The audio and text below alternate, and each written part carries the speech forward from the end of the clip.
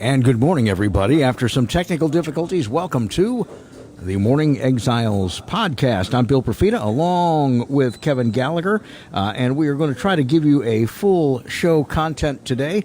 Let's get right to it. The gubernatorial election is 1 month, less than 1 month away. And actually a couple weeks if you're talking about early voting. So that's right. It's really sneaking up on us if you think about it. Yeah, and in the studio this morning with us at La Divina Italian Cafe is John Couvillon. John, of course, is the founder and president of JMC Analytics. He is a well-known political pollster, demographer, and a sometime pundit when we force him into it. And John, If I get into an area where we're talking about one of your clients and you don't feel comfortable, just stop either Kevin or me as we do this. But one of the things I wanted to ask you about, I think John's mic. John, pull that mic a little closer to you. Right, there we go. Make sure it doesn't fall off the table. We have talked privately and on this broadcast about the Eddie Rispone commercials. Yes. And we were very worried that he wasn't getting a good message of who he is out there. And now they have changed. Now he is doing the commercial that, in my opinion, should have been his first commercial. Right. Here's who I am. Here's where I came from. Here's what I can do. Here's what I want to do. Is that going to make a big difference at this point, in your opinion? It's helping. You know, it's kind of funny. Everybody I have ever talked to could not stand that first commercial, and the reactions I got kind of reminded me of the reactions that there were. Remember back in 2009 when then Governor Bobby Jindal did the response to the State of the Union address, and Chris Matthews was visibly groaning, "Oh my God," as the speech was going on? Yeah. That was a similar reaction to what I saw and what I heard people say after the Rispone first commercial. But I do agree that I want to say I've seen 5 or 6 commercials from him so far, and they are getting better. And I do think it helps because the thing you have to remember is, number one, this is a late starting governor's race. Number two, people are going to make up their minds at some point. As they're making up their minds closer to the beginning of early voting, which to me is the true beginning of election season, they're going to have 6 Rispone ads versus an Abraham ad talking about 2 genders as the basis of comparison. Now then, having said that, the most of the statewides don't have much in the way of strong competition. What do you make of that? Well, and I'll tell you too, Bill, I'll even bring up another topic in addition to the lack of strong competition, is the fact that those other races have pretty much been invisible on the airwaves, which for an election that is a couple weeks away, it's kind of embarrassing. I suspect they're probably saving up their money for a last-minute push, which, I mean, my thought about that is that's a gamble because then you run into traffic because everybody else is running ads at the same time. And how do you break through the clutter if, let's say, you're running for Agriculture Commissioner and you're running ads on September 27th or October 11th? But you're right. With the exception of the Insurance Commissioner's race, these are all low-wattage affairs, and I think that you're going to have some weird results given the fact that so little is known about the other statewide candidates. Kevin, why don't you just kind of grab your mic so you can get in on this? Kevin is being camera operator. I'm the cameraman today. The set camera would not connect with Facebook Live. Hi. So Kevin is having to hand hold on a very short tether, and his microphone is down there somewhere, but... It's the Plan B broadcast. I like the Plan B broadcast. I like it. It's is this my good side, or is this my good side? All right. So Kevin, you and I were talking about having John on and talking about John. Kevin probably going to want to expand upon this a little bit, but is it tough to poll in some of these races? Do they need to poll? The down ballot races, I would unequivocally say yes, because the thing you have to remember. A little dirty secret about politics here. There is an implicit assumption when a poll is being conducted on a race, whether it be for governor, let's say, or police juror, or clerk of court or whatever, there's an implicit assumption that people know all the theoretically possible information that there is about the candidates. Far too often that is not the case, and so interest and or knowledge tend to fall exponentially once you get past governor. In other words, I'm doing polls right now for legislative races where I'm still seeing 50+% undecided which is unbelievably high for early voting starting in 2 weeks. But I just think it's a case of there's a big information vacuum out there where not much is known about the candidates, and the papers aren't really contributing in terms of providing content either. I mean, they kind of are, but I remember in the old days you used to have these long, multi-page articles written about the races, and you're not really seeing that as much anymore. And we're spoiled being here in Baton Rouge, where the Advocate does a greater amount of coverage than some of those other papers around the state. Do you think that people are losing faith in media when it comes to covering these elections? I would say so. I would also say they're more cynical. And so what that means is this: the old paradigm of the evening news basically being the vehicle by which people got their information, that old paradigm is starting to change rapidly, where you have a diffuse amount of news sources now. Mm-hmm. So you could be getting your quote-unquote news from Facebook or from a yard sign or from something you heard from your neighbor. In other words, there's not as much of a centralization of information as I would say there would have been a generation ago.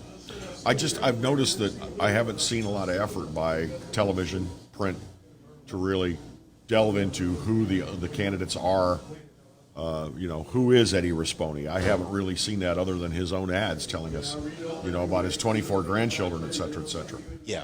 But it used to be that there would be in-depth articles published about who these candidates were, what their history was, these sorts of things, and that just doesn't seem to be the norm anymore.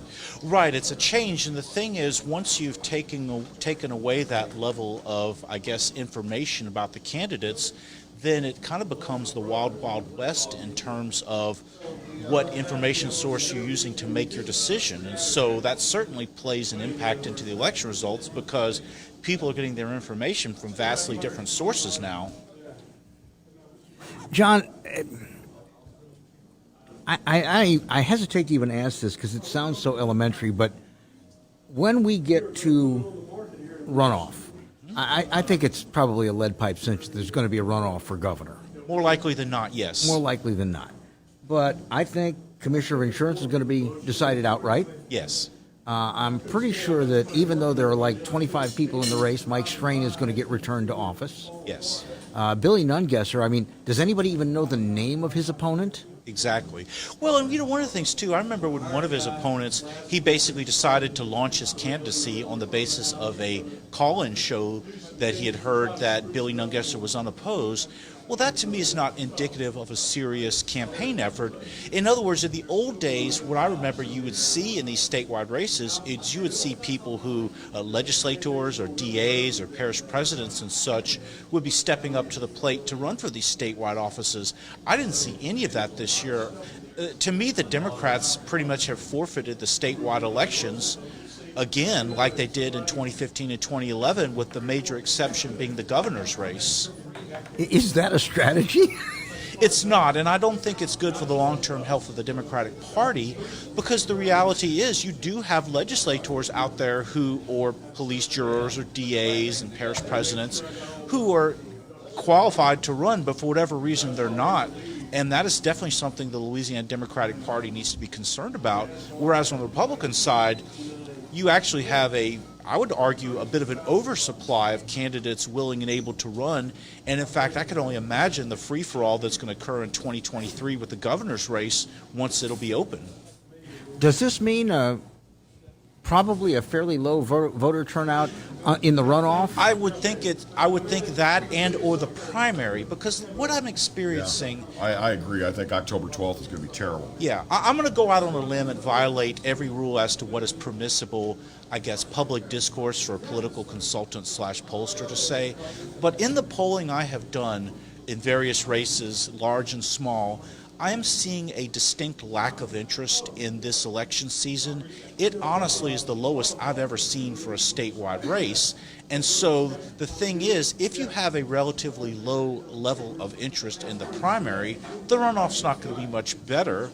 You of course, are likely to have the governor's race and some legislative races, but the thing is, what's going on at the top of the ballot, typically the governor's race, is the determinative factor as to what turnout will be down ballot, because it's the governor that is bringing people to or not bringing people to the polls.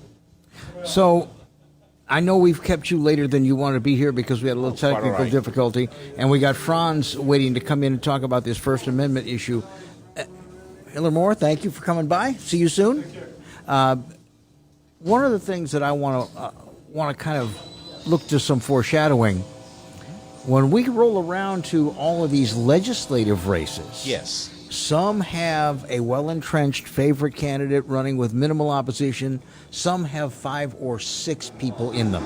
Yes. A lot of political newcomers in the legislative races. Overall, how's this going to shake out? Well, the interesting thing is you said the word well-entrenched. I'll actually throw a curveball at you about the definition of well-entrenched, because one of the things that, in my opinion, is the worst position for an office holder to be in is if he or she had not had opposition in the previous election cycle or cycles, because quite simply when that happens, voters forget who you are. And so there's several races I've been polling around the state where supposedly entrenched candidates and or supposedly, I guess, prohibitive favorites, I'm seeing their polling numbers positively anemic. And the thing about that is when voters aren't really sure who to vote for, despite a well-known candidate in the race, a couple well-placed mailers near the end of election season can change the outcome and do. So I think you're going to see some surprises. The question in my mind is to what extent the Republicans can consolidate their gains in the legislature, because, as you'll remember, Democrats forfeited several seats in the rural areas after qualifying, and even though Emerge has launched dozens of candidacies, they did so in heavily Republican districts, which to me is not exactly a well-thought-out political strategy. So I would expect, having said all that, you're going to see some surprises on election night, but I do think the turnout's going to be lower. Right now I'm thinking in the 30s. Of course, I'll have more information for you after the first day of early voting, where I can give you all a better read as to what I think the temperature is. But as I said before, I think and am detecting a low level of interest in this race. Final question before we let you go. There are certain members of the House and the Senate that are termed out. Yes. And are going to do the old flip-flop. I've been in the Senate for as long as I can be in the Senate, so now I'm going to go to the House. I've been in the House for as long as I can be in the House, so now I'm going to go to the Senate. Yes. How many of those approximately are there, and what are their chances? Are their chances good because of their expiring incumbency? The chances vary because the big question mark is, number one, the caliber of their challengers. Number two, what kind of money their challengers raise. Number three, did they have opposition in prior election cycles and voters therefore know who they are? There's one race I was polling where the person running hasn't been challenged in 12 years and his poll numbers are positively anemic. So I think you're going to see some of these people are going to slide in, but it's certainly not a given, particularly if you've not been challenged heavily in the past or if you have an energetic opponent, because you're also going to have third-party groups such as the attorneys and such as the business groups are going to be pouring money into these races trying to affect the outcome. So lots of variables. By the way, we will hear from Lobby on this very program, not next Tuesday, but the Tuesday after that. They will be in to talk about their political action committee and their picks. John Couvillon, JMC Analytics, we always are glad to have you. Coming up next with us this morning, Franz Borghardt of the Legally Unfiltered podcast and also a noted criminal defense attorney here in Baton Rouge. And we're going to talk a little bit about something that a lot of people are very uncomfortable with, and that is the Asian slurs that were directed at a group of 3 young ladies who are American citizens, LSU students, at a Tiger football game. As it turns out now, the slurs were directed at them by another LSU student. And is this a freedom of speech issue? The young ladies were outraged. I think most of us were outraged. These were just students that were born and raised here in Baton Rouge that were going to a football game at LSU. Vietnamese Americans. Yeah, and this guy is yelling, "Get out, you ching chongs," and "Get the F out," and using other slurs. And they, of course, were upset about it. But they wanted the university to take action. And here's where I think the rubber kind of meets the road. Franz, your thoughts? So everything was quiet until NBC, the national NBC, got involved. And then all of a sudden, LSU decided it was going to do an investigation. Now, I'm going to be a hypocrite for a moment. I'm wearing my LSU shirt when I'm about to cast some dispersions on the university. I have predicted that the racial slurring student is going to get screwed by the LSU university. And when I say that, again, I'm going to reiterate and echo what you said. Deplorable, right? Horrible racial slurs. Beyond deplorable. Yeah. But is there an academic consequence here? Is there a criminal law consequence here? So the only crime it could be is possibly disturbing the peace. Disorderly conduct. A misdemeanor where you're using strong offensive language. A prosecutor's not going to fiddle with this. So what could the consequence be? Everybody who's a student at LSU is subject to academic accountability. They sign on a dotted line. They're obligated to follow a certain code of conduct, which is at times arbitrary. If you get arrested for a crime, generally you find yourself in the assistant dean of students' office dealing with those issues. There may be a consequence like take a class. There may be a consequence like, hey, you're suspended, you're on academic probation, or you can even be kicked out of the university. Kicked out, yeah. Hashtag hazing. Yep. This young man, I think he's going to get screwed because I think LSU is going to act where it doesn't need to. Well, they've been painted shouldn't. They've been painted into a social correctness corner. Right.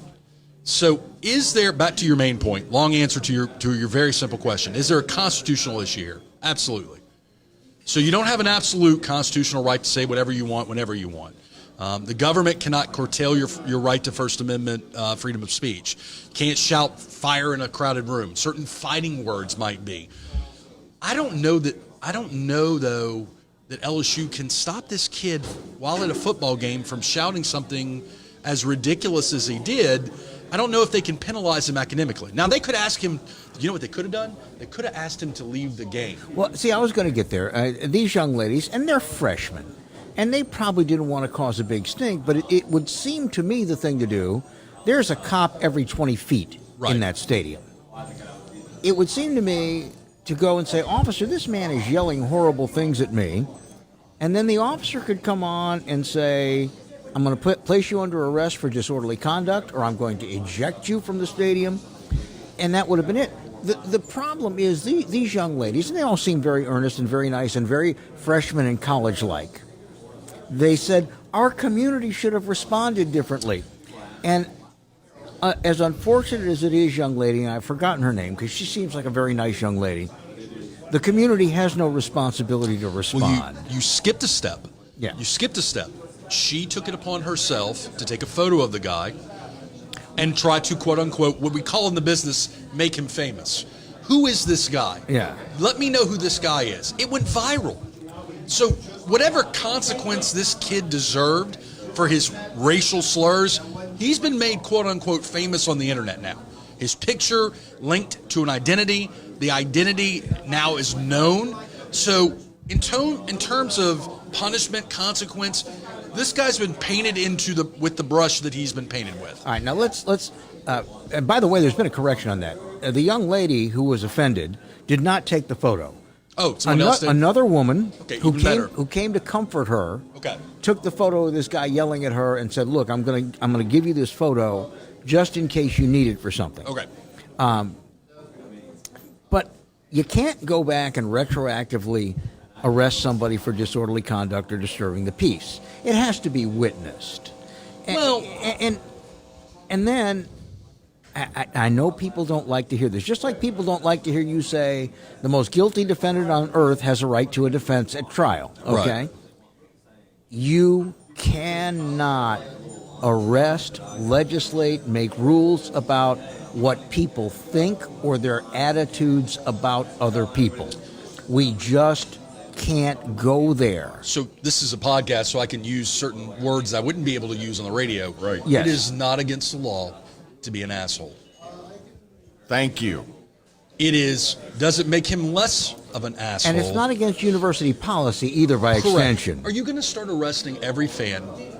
Football, if you ever go to a baseball game, baseball fans are the worst. I love LSU baseball, but we're the worst. Yeah. You're going to start arresting fans for saying deplorable things at games?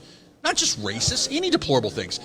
we don't have space in the prisons. Yeah. Yes, you're absolutely correct. LSU as a government entity, and LSU, be not mistaken, is a government entity in accordance with the First Amendment, cannot make rules or laws that prohibit your right to free speech. Well, but we all have this knee-jerk reaction, and Kevin, you and I have talked about this extensively. If you use a term that refers to someone's faith or ethnicity or color, if this guy had been screaming, and this is a very pretty young lady, so I'm saying this as an example. If he had been screaming, "You ugly whatever," without using a racial term, "You need to take yourself out of this stadium because you are too homely to be here," there would have been no issue. Because he didn't use a trigger word. So he would have been yelling at her. He would have been very disrespectful. He would have been acting like an ass. But there was no trigger word there. Right. So has this got blown out of proportion? Maybe. Probably. Is LSU going to give this kid an academic consequence? I'm predicting it. I've said it several times now. If he wanted to sue, would you take the case? The problem is, the reality of that is, he's going to take the academic consequence. It'll be light enough to where he's still this is my prediction. I have no inside track information, Kevin or Bill.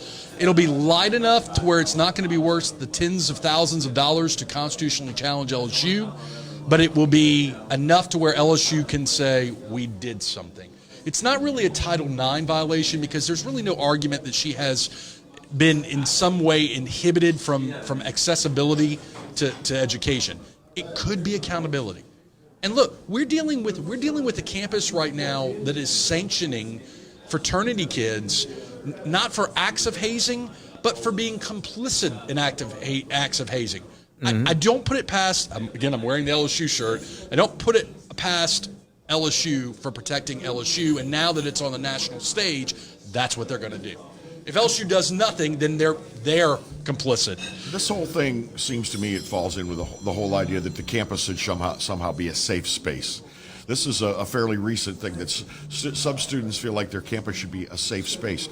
I thought the campus was supposed to prepare you for real life. And in real life, somebody's liable to walk up and say something horrible or rude to you. I mean, and how you deal with it is more about you than it is about the person. Well, I think she dealt with it great. I think making him quote-unquote famous on social media in 2019, I thought that was great. But she also decided to run and tell somebody. Correct. You said mean things to me. Well, you know what? I'm not so sure that reporting that isn't a bad idea, so you can be on guard. But here's the thing. And let's get back to what college students are being taught or imbued with. If you want to be an adult in the world, your safe space is between your ears. Sometimes it's not even there. Yeah. Okay. You cannot expect some figure of authority, whether it's mommy, daddy, older brother, older sister, the university, the president of your sorority or whomever, to be the arbiter of what makes you feel comfortable. We would all be running around in circles throughout our life. Now, this is a lesson for the young, and this kid is 18 years old, so I'm going to give her a pass. But at the same time, somebody needs to come out and say, look, this is offensive. It's horrible. It's behavior we can never condone or excuse. But you know what? We don't get to legislate behaviors until they come to a physical assault. Well, and it would be easier for us had he thrown a beer at her. Yeah. That's easy. Hook him up. Right. That's easy. Yeah. Put him in cuffs. Well, this will be a teaching moment for the student because at the very least he's going to walk away from it knowing that there's times when you got to keep your hateful mouth shut. So I looked at his picture. This guy's a terminal smartass. I guarantee you. Somewhat unrelated but related. I've been thinking a lot about Dave Chappelle recently. Mm-hmm. He uses a lot of heat for a special that I thought was wonderful. Yeah, he uses not in that special, but in a special before. He used the phrase "brittle spirit." We're a culture of brittle spirits. Yeah. And in the special, what I've been reflecting on is it's one thing to have a society that says we're not going to allow this. It's another thing to look at the court jesters who should be able to say whatever they want and say, you can't say this either. Historically, the comedian has been, that's where we are as a society, though. And that's why I've been reflecting on that special, because it's like when we get to the point where the comedians of the world can't say the thing that's inappropriate for the sake of comedy, then where are we? And I'm not justifying this young man for saying what he said. It's just, well, here's the He's whole not a deal. comedian. right. You know, a lot of the lessons that your parents taught you very early can serve you well in a situation like this.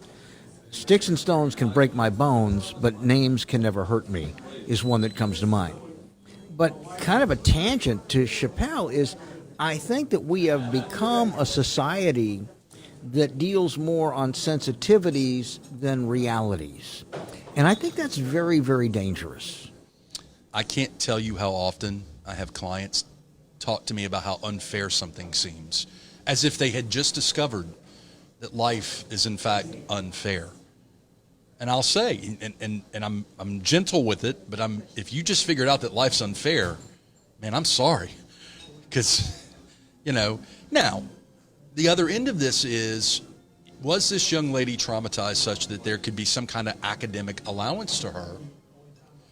Some kind of accommodation. Oh, now we're really escalating this. Hold on.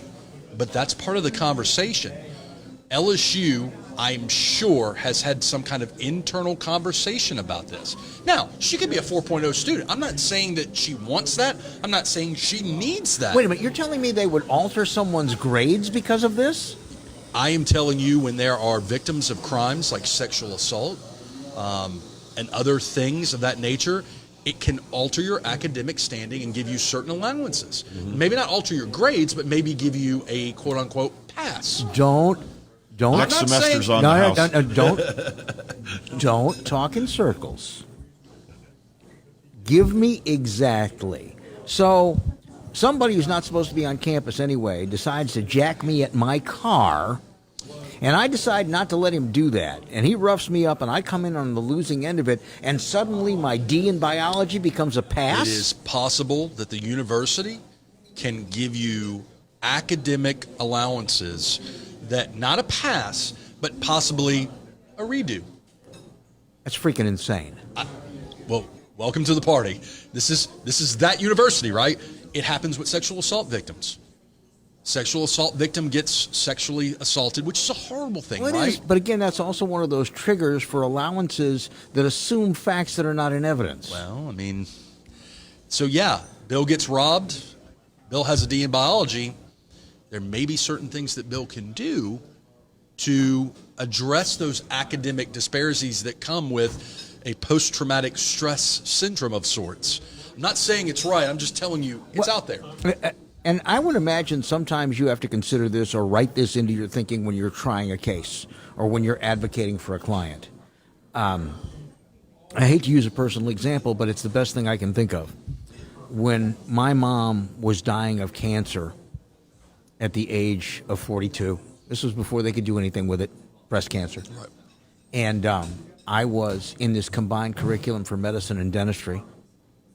It took a big toll on my grades. Right.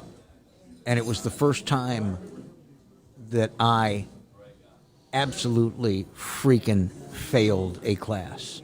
I took a hard F. If there were a G, they would have given me a G in biochem. Okay. In today's world, I could say, look, the trauma of my mom dying here in this very institution affected me, so I should be allowed to take it over again or my grade be reevaluated. And I'm not trying to be unkind because I lived this, which is why but I can't imagine ever doing that. And I can't imagine the logic of putting an unqualified guy into the next step of medical school because his mom died. Let's put another layer on this.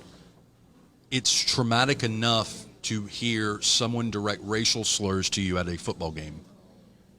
When you make the decision to take a photograph and amplify what happened under the umbrella of accountability, under the umbrella of wanting justice, whatever that is, and you make it exponentially worse for you because now the entire world knows about it.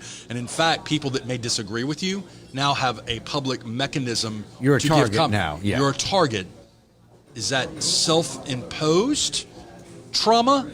I'm not saying the trauma from the game is not real. I'm saying at what point. And look, I applaud her for doing what she did. You're talking about additional trauma. Right. I I have no problem with her saying, hey, this dude's a D-bag.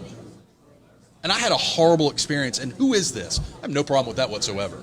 I have a problem with LSU stepping in and maybe violating some constitutional rights. I will say, from the interviews I've heard with this young lady, she was unfailingly polite. Oh, yeah. Oh, yeah. And well-spoken. And at the very beginning of all this, she was not asking for consequences directly to this guy. She was asking for the university to take a hard look at these types of things. And I'm guessing he's not the first one that ever did that in that stadium. Oh, absolutely not. And I wonder how fueled guys, by alcohol he was at the time he did it. Look at it hasn't been a racist comment, but look at the many, many instances of people in the stadium, sometimes fans, sometimes students, saying or shouting terrible, terrible crap. Yep. And what makes this different is there was a racial factor involved, and that's what made the trigger word. Yeah. That's what gave it national headlines. Right. And by the way, the senselessness of it is they're both LSU fans. Mm-hmm. They're all in the same student section. So the senselessness of this incident was if you believe it factually happened, and there's no reason to disbelieve it, but if you believe it factually happened, what you have to believe is that an LSU fan and student looked at another LSU fan and student and just decided to be racist for the sake of being racist. Did either of you take a really good, long, hard look at this guy's picture? No, I didn't.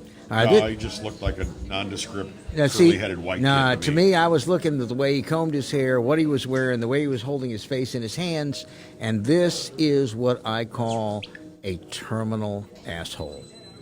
He was born that way. He was probably supported by his ultra-wealthy parents, and he will die that way. There is no remediation for this guy. Believe me on this one.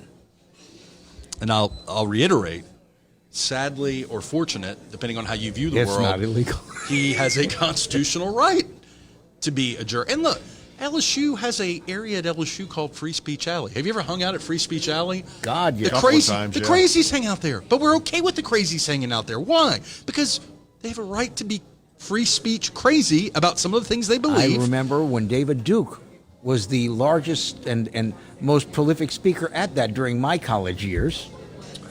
I think I'm once again predicting, and and look, guys, fellas, I'm jaded because I've been representing a lot of LSU students at Accountability recently, and I've seen some what I can only characterize as some university atrocities, because it seems like LSU's really caring about LSU more than anything else. And when I say caring about LSU, I don't mean the other students. I mean LSU as a concept. Mm-hmm. I really think they're going to try to screw this kid academically. Here's an interesting comment from Kev, who's watching us. I need 20 sets of hands to count the number of times I've heard the N-word scream from the stands at Tiger Stadium. Oh, yeah, absolutely. People are idiots, and when you add alcohol, they skyrocket. Yeah. You're going to and now we sell alcohol at the games, which is great. We're only going to have more issues and incidents. That's all that's going to happen. So I don't disagree with Kev. I think this is, like you suggested earlier, Bill, this has been happening for a long time. I'll tell you what, if the Vietnamese student in front of this young man had been a 245-pound Asian transfer linebacker to ULL who just happened to be catching a game at the stadium, I'll bet you this little blonde kid wouldn't have made those same remarks. Right. He was trying to pick on a girl. Yeah, a little bitty girl. That kind of guy doesn't have the nerve, audacity, or bravery to pick on somebody that can pick back. So LSU says they're not identifying him because of his academic. He's an enrolled student, and there's some privacy issues there. It's never stopped him in the past. Yeah. It's never stopped him with the hazing issues, where they identified fraternity guys. That's never stopped him in the past. Well, but the guy hasn't been arrested for anything either, so it's not a matter of public record. Yeah. Nobody's going to arrest that kid. Franz, what's your gut tell you, though? Will this blow over, or will this receive some more notoriety before it? I think it will receive notoriety because there'll be some kind of academic consequence, even though there shouldn't be. The frank matter is it's so expensive to challenge the constitutionality of all that if it's probation, he may just take his medicine. I don't know the guy, but he may just take his medicine and be probated for a while. Or maybe they will say, hey, you can't go to the football games for a period of time, which is ridiculous. But again, I think it's not going to just blow over because now it's on the national stage. Mm-hmm. And again, they do they do have the authority, by the way, at most venues, not just LSU, to ban you for behavior. It's on the back of your ticket. Yeah. I don't have a problem with that. If they banned everybody at Tiger Stadium who was blatantly offensive to other people around them, we'd be having Saturday night with about 70,000 empty seats. Right. Forever LSU. Yeah. So yeah, I think this is just, I think it's unfortunate in the sense that we have to, and look, I don't like it. I don't like the cost of freedom is that I'm saying that an asshole gets to be an asshole. Well, but that is what it is. And let me tell you a lesson that was taught to me a while back, and I always try to remember this. Because when I was a teenager, growing up in Chicago, when I was first in college, I had friends that were Polish, Irish, Italian, Greek, all this type of thing, and we would yell, "Hey, Polak, hey, how you doing, you mix so-and-so?" And everybody laughed it off. And when people started getting upset when someone called them a different type of name, I was like, well, it's kind of all among friends, but they said, you know what? There's a difference. Because I don't look like the rest of you guys, so it's easy to pick me out and throw that name at me. And I was like, oh yeah, this young lady is Vietnamese American. She looks Asian. It's easy to pick her out and throw a name at her, just like it is to take a black student and throw a name at him or her, or a Hispanic student and throw a name at him or her. And for all the young people at LSU and for all the older fans that get out of hand in there, you really need to file that one away in your file cabinet inside what is left of your brain. And there are going to be a lot of us that are going to take you to task for doing that kind of thing. Because you should be. I agree. Dark humor. It's dying. Yeah. And it's funny. We go back to the Chappelle show, and again, unrelated but related. Mm-hmm. When you listen to his sketches, he talks about the inability to say certain things anymore as he's saying the things that are quote-unquote taboo. And there's a certain amount of irony, and I keep going, but not to make this deeper than it is. I go back to the Shakespearean world where the court jester really can say whatever he wants to say to the king, and the king doesn't kill him, right? The king... that's the point behind the comedian. Unless you say something about the king's sister. Well. But just to leave it on a higher note, have I ever told you the story about the two guys from Krakow that showed up at the LA Olympics and they didn't have tickets? Okay. Two guys from Krakow. Okay, so... Sounds like a good story. So the one looks at the other and says, we don't have any tickets. How are we going to get in? He said, well, let's see how other people are getting in. So they're watching. And they see two guys from Great Britain, and they're in shorts and shirts, and they're bouncing a soccer ball. And the security guard says, yes. And I said, Great Britain, soccer. He says, come on in. And they watch some guy from Canada. They're coming in, and they got the hockey sticks over their shoulders and the helmets under their arms. Security guy says, yeah. He says, Canada, hockey. Okay? And so they go through 5 or 6 different countries, and they say, USA, basketball, come on in. So finally, the one says, I got an idea. Come with me. So they run over to the edge of the compound where the Olympics are, and they find a piece of chain link that hasn't been put up. And they wrap themselves up in it, and they go to the gate, and the security guard says, what are you? And the one looks up very proudly and says, Poland, fencing. The long road to a Polak joke.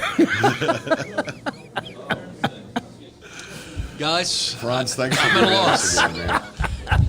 Fellas, Now, he is my attorney, by the way. You can call his office if you're offended by that. I want to be very clear about something.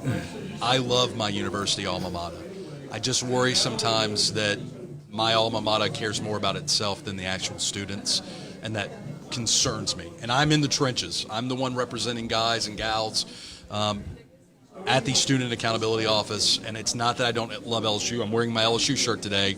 I want LSU to step back and remember that these guys are students. They're young students, and they do stupid stuff sometimes, and we don't have to ruin their lives about that. So. Well, and also, maybe I'm jumping the gun on this observation, But I do think that in the United States, and Louisiana is not immune, we do have some children of some privilege Oh, yeah. that don't do stupid stuff. They just do mean stuff because they feel like they can. Right. And this was both stupid and mean. Right. And I'm hoping it's more stupid than mean, but I have my doubts. Yeah. Well, your assessment of what kind of young man that might be, I think that's very on point. So thank you, guys. Thank you, Franz Borghardt. And there, just to show you that I am actually here. There we are. Yeah. And that is going to wrap things up for us, and we appreciate you being part of the program today. Yes, indeed. Sorry about the delay getting on. We will be back Tuesday, and all of our bugs will be fixed. Yes. So, there's our sign. There's your sign. Hey, until next time, we'll talk again soon. Take care. Bye-bye.